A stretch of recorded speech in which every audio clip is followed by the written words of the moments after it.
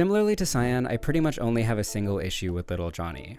I just don't think his abilities are that interesting. I think the whole communicating with animals thing can be a really cool power, but not only is nothing done with it in this iteration, Johnny hardly seems to use it in most situations. Whenever he gets into fights or has to defend himself, he pulls out his boomerang and axe, which just feels a bit discordant with his power set. Like, he's supposed to be a tamer. I would have loved to see him use his animal-related ability to creatively overpower opponents, or just as a recon type skill. But aside from Big Johnny, there's not much his animal-related powers actually do. And speaking of which, I am considering Big Johnny as part of the equation here since he's basically glued to Little Johnny the entire story. Aside from his powers, I also think that his story in the present doesn't do all that much to forward the themes and analogy of the show. They try to pull this plot point about him being really bored since he's used as a mascot character more than anything else. But the story also doesn't let us sit in that at all. He complains about that problem and it instantly gets solved without actually saying anything about that dynamic or relationship.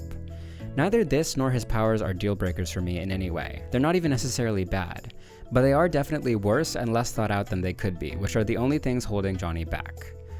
Aside from those things, Little Johnny may be my favorite character in the show personality-wise. He's a golden retriever foxboy with an actual terrible and heartbreaking backstory, which made me probably the most emotional I felt while watching the entire show. I love how they bring him into the story as this endlessly positive and optimistic character who we basically only see as this little ball of energy and warmth. And then slowly as the story goes on, we get pieces of his backstory until eventually we get to the tour de force that is his focus episode. I know that it's kinda meant as a throwaway line, but I still remember Johnny saying that he wishes he never got to experience the joy of having parents if they were just gonna be taken away eventually. I really like the restraint that To Be Hero X displays when adding to his backstory. I'm so used to pieces of fiction that are obsessed with making characters like this and making them secretly evil.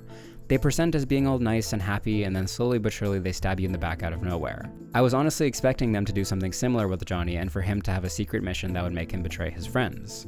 But thankfully, this doesn't happen. Little Johnny does have a secret dark backstory, but it doesn't make him evil, it just makes him more complex. And his backstory fits into his current behavior and motivations in a really simple but effective way.